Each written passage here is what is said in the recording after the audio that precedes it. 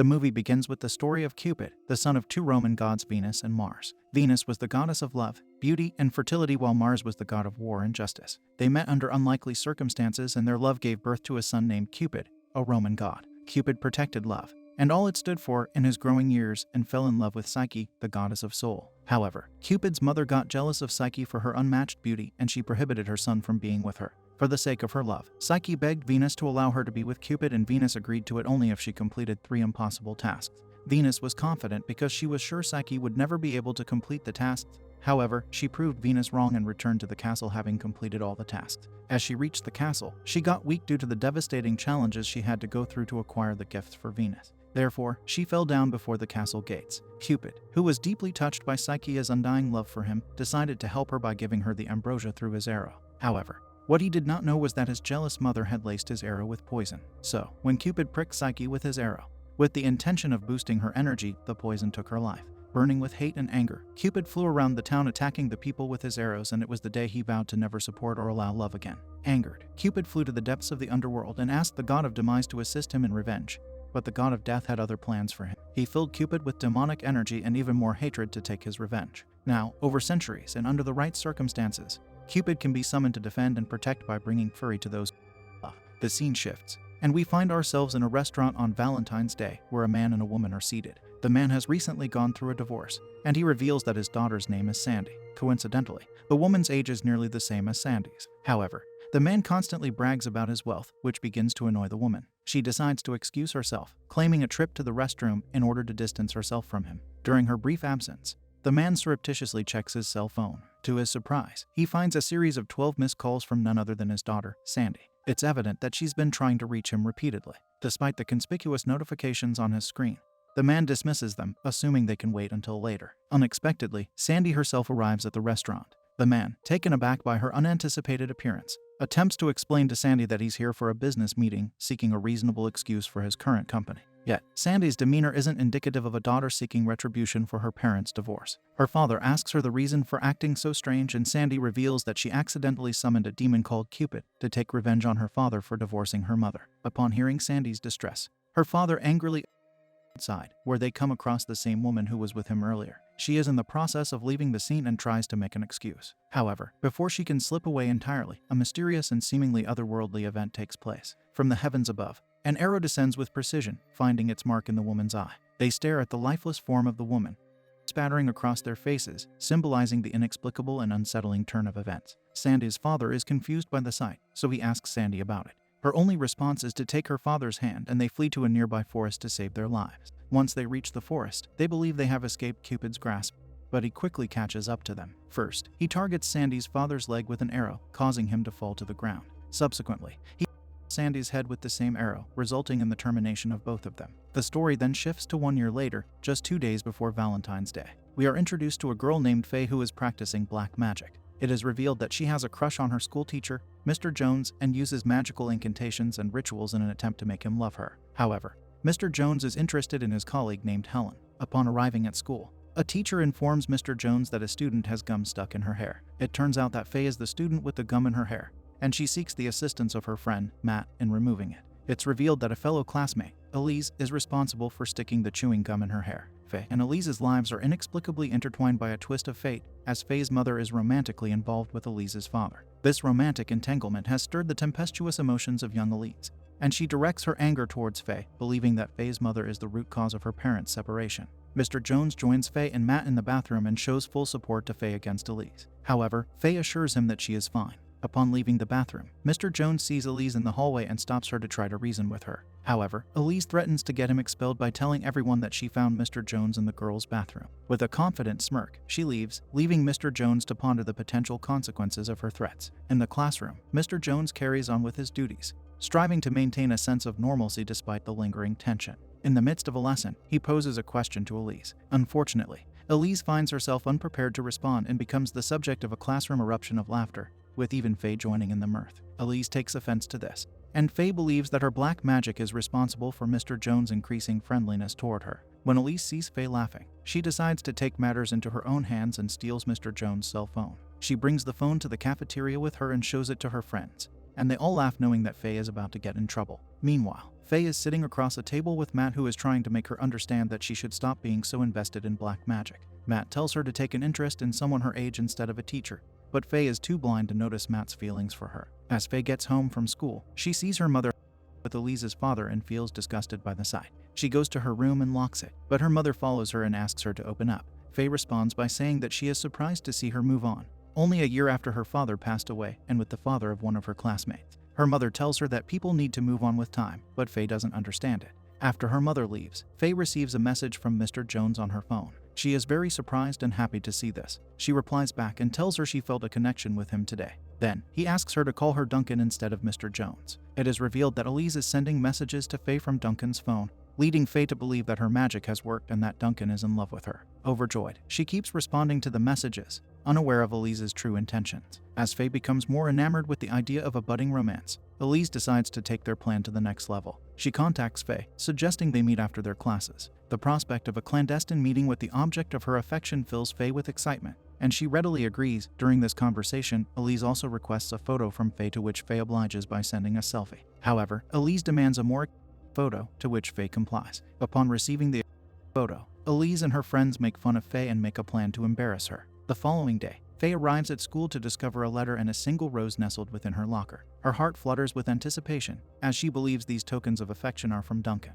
A sense of excitement sweeps over her, and she begins to fantasize about the romantic possibilities that lie ahead. Amidst her whirlwind of emotion, her friend Matt, who has patiently supported her through this turbulent journey, musters the courage to ask Faye to be his date for the upcoming Valentine's Day dance. His feelings for Faye have long remained concealed, hidden beneath the layers of their friendship. Faye, however, oblivious to Matt's unspoken affections, declines his invitation, for her heart is still tethered to the illusion of Duncan's affection. In the meantime, Elise is hatching a plan. She calls Faye to Duncan's office at a time when he will be alone, and Elise intends to record their interaction to upload it on the internet. During this, Miss Helen shows up in the hall and calls Elise. She tells her to stop Faye, but Elise tells her to mind her own business. After hearing her talk back like this, Miss Helen tells her to focus on her grades instead of dance parties or she could get expelled. Elise stays quiet at this and Miss Helen leaves. Meanwhile, Faye arrives at Duncan's office after the classes are over, while Elise records the entire incident. Faye acts the same way she did during their messaging conversations. Duncan, sensing something odd, asks her to leave, but Faye persists in her vulgar behavior. She kisses Duncan and he pulls off, feeling strange. Frustrated and bewildered, Duncan eventually manages to usher Faye out.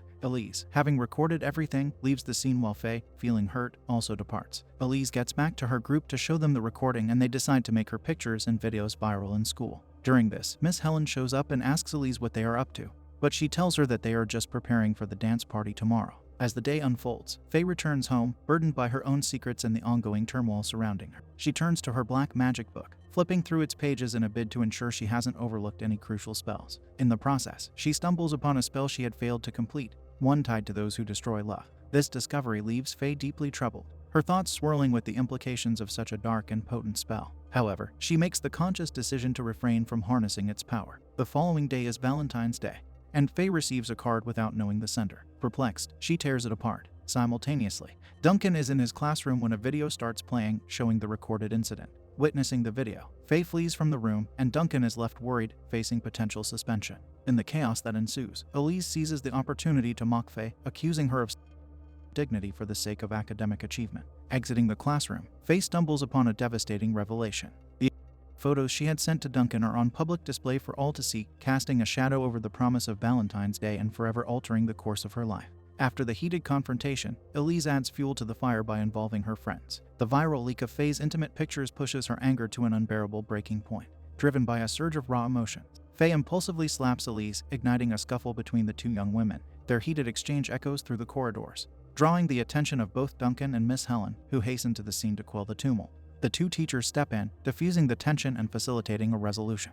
In the wake of the incident, Duncan makes a difficult decision, opting to cancel the Valentine's Day ball in light of the escalating chaos. Overwhelmed by the turbulent turn of events, Faye seeks solace in an empty classroom. She empties her bag onto a table, revealing a collection of candles and her spell book. In her state of despair and determination, Faye makes a pivotal decision to summon the malevolent Cupid to aid her in her quest. She proceeds to chant the incantations from her spell book, and as the words escape her lips, the room descends into impenetrable darkness. Suddenly, a hand comes from behind and touches Faye's shoulders. During this, evil Cupid appears, and Faye asks it to destroy love throughout the entire school. Cupid agrees to grant her wish, and Faye asks for the eradication of evil forever. Then, Cupid inquires if she knows the consequences, to which Faye dishonestly replies in the affirmative. After fulfilling her request, Cupid disappears. After this, Matt appears in the room and turns on the lights. He asks Faye if she is feeling okay, and she tells him that she is fine before leaving. Now, Faye and Elise are summoned to the principal's office and are tasked with removing the decorations for the Valentine's Day ball. Miss Helen leads them to the dance hall, but Elise's friend Lena is in the restroom at that time.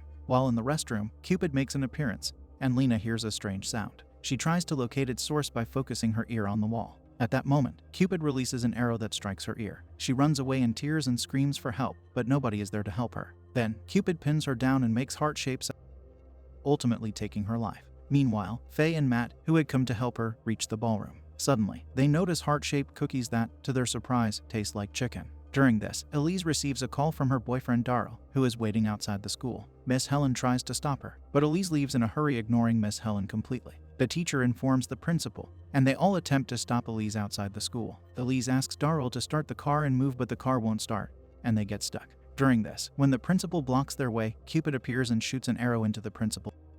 Meanwhile, Elise and Darryl manage to escape, but Cupid shoots 2 arrows at Darryl as well. Miss Helen helps both of them get back inside and locks the door. They take Darryl to the medical center, and Miss Helen decides to call the cops. She runs to Duncan to use his phone, but Miss Helen and Duncan realize that their mobile phones are not working and are left perplexed by what they witnessed in the sky, making it difficult to share their experience with anyone. Back in the medical center, everyone asks Elise about the situation, and she is unable to find the right words to tell them. Then, she calms down a little and tells everyone about Principal Harper's demise. After this, Elise starts screaming again, and Faye runs out of the room in shock. Matt follows her and asks her what is going on, as he believes that she clearly has something to do with it. Back in the medical center, Darryl gets critical as blood splatters from his mouth and his wounds become infected with the poison from Cupid's arrows. Seeing this, Duncan asks everyone to leave the room as he attempts to save Darryl. Meanwhile, Matt tries to push Faye into telling him what is going on, but she ignores him. The rest of the girls go into the dance hall with a teacher and try to hide there, but Elise begins arguing with the teacher as she wants to leave. However,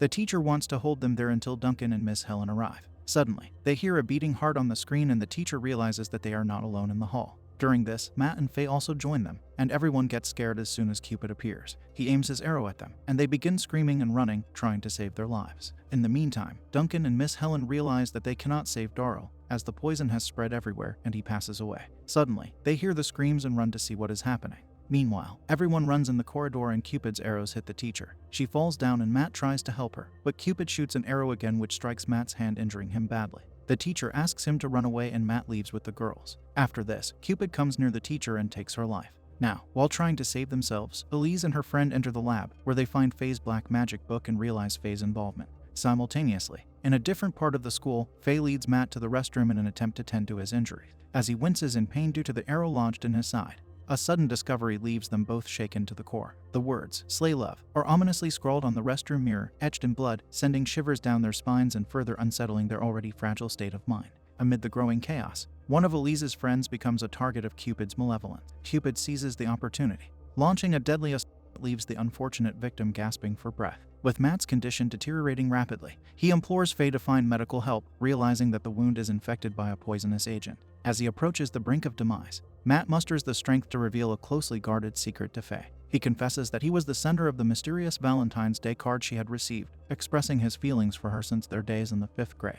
In the midst of this emotional confession, Faye, bewildered by the revelation, reciprocates Matt's affection by stating that she sees him as a younger brother, not fully comprehending the depth of his feeling. Their poignant conversation is abruptly interrupted by an eerie sound, prompting them to venture deeper into the restroom to investigate. As they navigate the dark and foreboding space, they are confronted by a gruesome and horrifying sight. Lena's lifeless body lies before them, a horrifying revelation that exposes the gruesome truth behind the heart-shaped cookies that had been consumed earlier, and it disturbs them even more. They decide to get out of there to find others, when they bump into Duncan and Miss Helen. Duncan and Helen arrive at the scene, and upon seeing Matt's condition, Duncan states that he can save his life. They all move to the science laboratory, where Elise reveals Faye's involvement, and Faye confesses to calling Cupid using black magic. Faye breaks down in tears, but Miss Helen tells everyone to calm down and deal with it. However, Elise decides to go out and fight Cupid to save her friends while calling everyone cowards. She gets into the dance hall again with her friend and hears the same beating heart on the screen. They both get worried for their friends and begin looking for them everywhere. Meanwhile, to save Matt's life, Duncan decides to hand to prevent the poison from reaching his heart. Matt begins to panic, but Duncan asks him to trust him to save his life. as it is the only way to do it. Meanwhile, Elise and her friend are attacked by Cupid. Cupid slits the throat of Elise's friend while she manages to escape, leaving her friend behind, and Cupid ultimately takes his life. She runs into the hallway and sees her friend's body on the floor and becomes horrified, screaming at the top of her lungs. Now, Faye is shocked to see Matt's arm while Miss Helen is putting a bandage on it. She tries to get away as she cannot handle it anymore, and Duncan follows her to ask her if she is okay. Then, Faye confesses her use of black magic in an attempt to win Duncan's love, while Duncan, in the midst of this chaos, asks how they can stop Cupid. Faye explains that Cupid cannot be stopped. He will leave once Valentine's Day is over. Duncan notices that there are only 10 minutes remaining until the end of Valentine's Day. Therefore, in those 10 minutes, they must find a way to hide and save their lives, which is a daunting task. Now, Duncan and Faye venture outside to retrieve towels for Matt and encounter Elise in the process. Elise begins screaming as soon as she sees them and tells them to run away as Cupid is coming for them. Elise begins fighting with Faye for doing all of this, and suddenly they hear Miss Helen screaming. All of them run to Miss Helen and see Cupid aiming his arrow at her. Duncan asks Miss Helen to remain calm while they figure out a way to save her. Now, with no other options left, Faye decides to summon the Owner of Demise once more. As soon as the Owner of Demise arrives, she warns everyone not to look into its eyes, as doing so will result in the capture of their soul. Faye commands the Owner of Demise to end everything, but he tells her that it cannot end, and they must wait until the 24 hours are over. However, Faye insists to end this now, so in return, the Owner of Demise demands a During this, Duncan notes that they have 2 minutes left to save their lives, so Faye does not have to agree, but the Owner of Demise claims that 2 minutes are sufficient to take the lives of all present in the hall. Then, Faye offers herself as a and with just 2 minutes left, it seems like they might be able to escape unscathed. However, Elise turns her head and gazes into the eyes of the Owner of Demise at that moment. As a result of this transgression, Cupid takes Elise's life with an arrow, and suddenly, the clock strikes midnight, fulfilling the and ending Valentine's Day. A light appears and Cupid departs with it, putting an end to the curse. Just when they think this is all over, unexpectedly, Elise awakens and screams. Faye gets terrified and strikes her with a book, causing it to hit the arrow, ultimately leading to Elise's demise. Afterward, Helen takes Matt to the hospital, while Faye apologizes to Duncan. In a climactic moment, Duncan expresses his love and kisses Faye. They both get shocked by this and realize that Faye's love spell has begun to take effect, marking the culmination of the story.